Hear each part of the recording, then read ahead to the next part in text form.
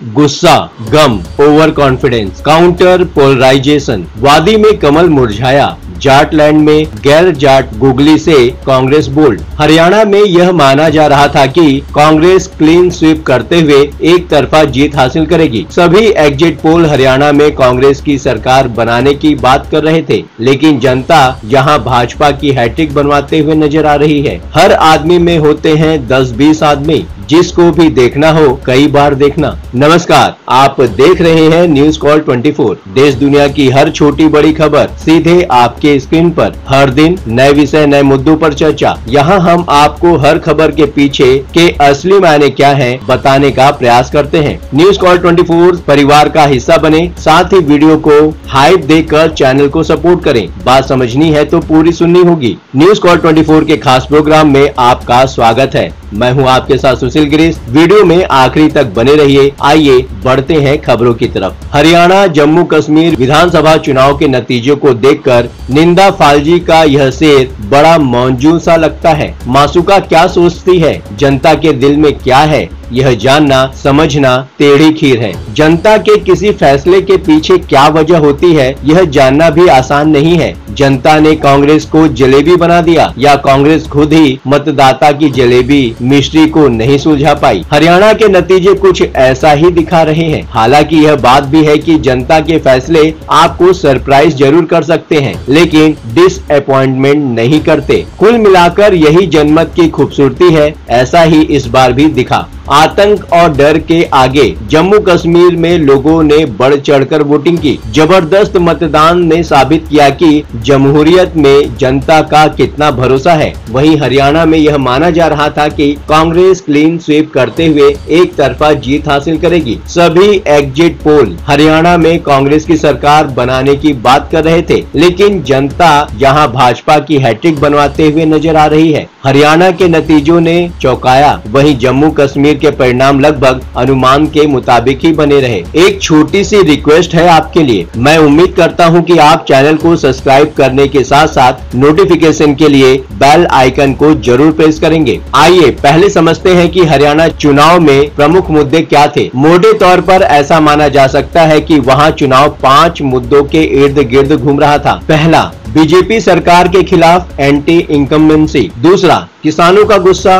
केंद्र सरकार की उपेक्षा। तीसरा, पूर्व सीएम मनोहर लाल खट्टर की अलोकप्रियता। चौथा, खिलाड़ियों के खिलाफ अन्याय पर रोष। पांचवा, अग्निवीर योजना पर आक्रोश। अब जो परिणाम आया है उससे साफ है कि भले ही प्रचार में ये मुद्दे हावी रहे हों, लेकिन परिणाम की वजह कोई और दूसरे फैक्टर बन गए। कांग्रेस पर ओवर कॉन्फिडेंस भारी, काउंटर पोलराइजेशन से हार गई। ऐसा माना जा सकता है कि कांग्रेस को जिस तरह से भाजपा सरकार के खिलाफ जनता के गुस्से का फीडबैक मिला, उसे लेकर वो बहुत ओवर कॉन्फिडेंस में थी। यही ओवर कॉन्फिडेंस कहीं न कहीं पार्टी पर भारी पड़ गया। कांग्रेस को उम्मीद थी कि जाट बीजेपी के खिलाफ एकजुट होकर उन्हें वोट करेंगे। जाटों की राज्य में आबादी लगभग 25% है। लगभग 40 सीटों पर उनका सीधा प्रभाव है। कृषि कानूनों के खिलाफ किसानों का गुस्सा, विनेश फोगाट, साक्षी मलिक जैसे खिलाड़ियों के साथ हुए अन्याय पर रोष, पिछली 2 सरकारों में जाटों की उपेक्षा का दंश जैसी वजहों से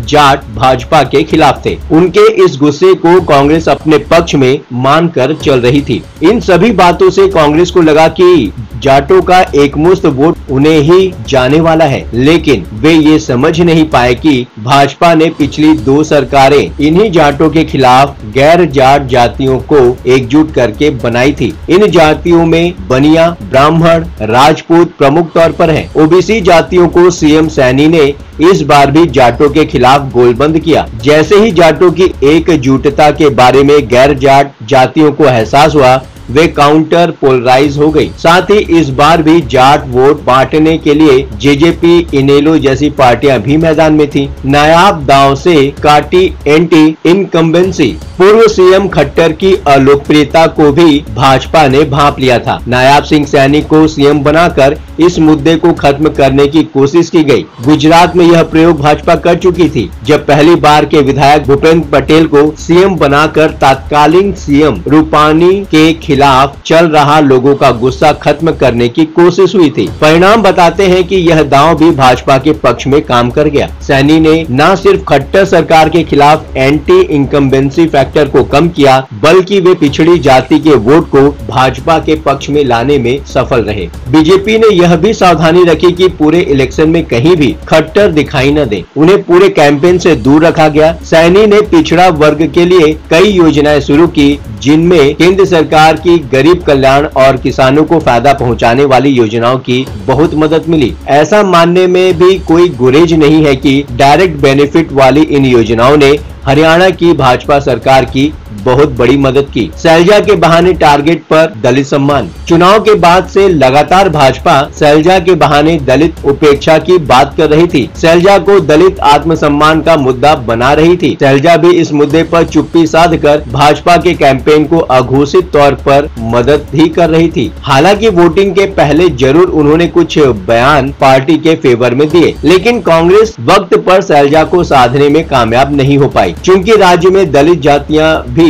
लगभग 19% हैं, इनके लिए 17 सीटें रिजर्व हैं। पिछली बार भाजपा ने 4 सीटों पर ही विजय हासिल की थी, जबकि इस बार पार्टी ने 7 सीटें जीतने में सफल हो गई। ऐसा भी माना जा सकता है कि इनेलो, जेजेपी और बसपा, आजाद समाजवादी पार्टी जैसी पार्टियों के गठबंधन ने भी दलितों के वोट को काटा। पिछले लोकसभा इलेक्शन में राज्य में कांग्रेस 5 लोकसभा सीटें जीतने में कामयाब हो गई थी, जिसके पीछे दलित वोटों का बड़ा हाथ माना गया था। इस बार ऐसा लगता है कि दलित, ओबीसी, स्वर्ण गठजोड़ के माध्यम से भाजपा पिछली बार छिटके वोट बैंक को साधने में कुछ हद तक सफल रही। काश आप हमारे होते। हरियाणा में आपका कांग्रेस के साथ अलायंस नहीं हो पाया। आप जितनी सीटें राज्य में मांग रही थी, कांग्रेस उतनी देने को तैयार नहीं थी। इससे समझौता नहीं हो पाया। आपने अपनी तरफ से राज्य की सभी सीटों पर प्रत्याशी खड़े किए। चूंकि आप और कांग्रेस का वोट लगभग एक ही तबके से आता है, इन वोटों में भी कहीं न कहीं आपने सेंध लगा दी। कई सीटों पर हार जीत में आपके पक्ष में गए वोटों ने भी बड़ी भूमिका निभाई। जिन सीटों पर कम मार्जिन से हार जीत हुई है, वहां आपने इन डायरेक्टली भाजपा को फायदा पहुंचा दिया। हिंदी बेल्ट में भाजपा का गढ़ फिर अभेद्य रहा। भाजपा हिंदी बेल्ट के राज्यों में सामान्यतः जोरदार प्रदर्शन करती है। एक तरह से मध्य प्रदेश, यूपी, राजस्थान, उत्तराखंड, छत्तीसगढ़ जैसे कई राज्य उसके अभेद गढ़ बन चुके हैं। इसका इन राज्यों में अच्छा खासा लॉयल वोट बैंक बन चुका है। यदि पिछले लोकसभा चुनाव के प्रदर्शन को छोड़ दें, तो भाजपा ने पिछले 1 दशक से हरियाणा में भी जबरदस्त प्रदर्शन किया है। यही प्रदर्शन वो चुनाव में भी दोहराने में सफल रही। हालांकि इस प्रदर्शन के पीछे नए चेहरों का चयन और विनेबिलिटी फैक्टर की महत्वपूर्ण भूमिका रही। 25 के आसपास टिकट काटे गए, जीतने वाले उम्मीदवारों की तलाश की गई, नए चेहरों पर दांव लगाया गया। अब बात करते हैं हम जम्मू कश्मीर में क्या हुआ। यहाँ भी चुनाव कुछ मुद्दों के इर्द गिर्द घूम रहा था। पहला, भाजपा की नीतियों के खिलाफ रोष। दूसरा, जम्मू कश्मीर से पूर्ण राज्य का दर्जा छीनने का मामला।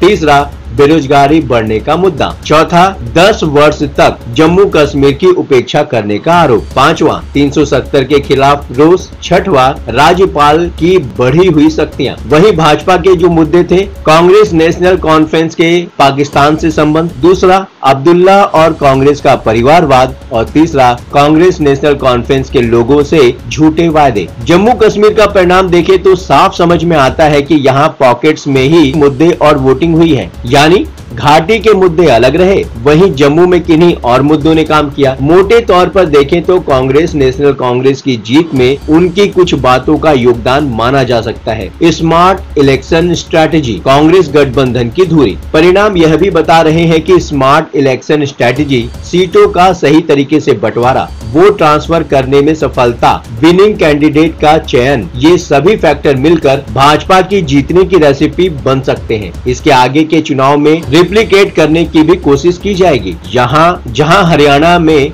क्षेत्रीय दल इंडियन नेशनल लोक दल INLD, Jan Nayak party JJP जैसी पार्टियां कुछ खास हासिल नहीं कर पाई। वहीं जम्मू कश्मीर में लगभग अनुमान के आसपास आए परिणामों ने गठबंधन की राजनीति को और मजबूत बनाने की दिशा में एक कदम और आगे बढ़ा दिया है। वादी में नेशनल कॉन्फ्रेंस ने कांग्रेस के साथ मिलकर सत्ता पाने में कामयाबी पाई है। इस जीत से इंडिया ब्लॉक राष्ट्रीय स्तर पर मजबूत होगा, कांग्रेस को फायदा पहुंचेगा। कांग्रेस गठबंधन की धुरी के रूप में सामने आएगी। भाजपा विरोधी पार्टियां कांग्रेस के साथ मिलकर राष्ट्रीय स्तर पर गठबंधन बनाने के लिए आगे आएंगी। हालांकि इस जीत के साथ ऐसा भी माना जा सकता है कि धारा 370 का मुद्दा फिर उभरता हुआ दिखेगा। नेशनल कॉन्फ्रेंस को फिर से राजनीतिक प्राणवायु मिलेगी। PDP को अपने मुद्दे, आधार वोट बैंक, कार्यशैली पर फिर से विचार करने पर मजबूर होना पड़ेगा। जम्मू कश्मीर की जीत से राहुल को भी फायदा पहुंचेगा। भारत जोड़ो यात्रा के बाद से राहुल अपना ब्रांड बनाने की कोशिश कर रहे हैं। जिस तरह से वे विपक्ष के नेता के रूप में अपनी पारी को खेलने की कोशिश कर रहे हैं, इस जीत से उनकी उस इमेज को बढ़ाने में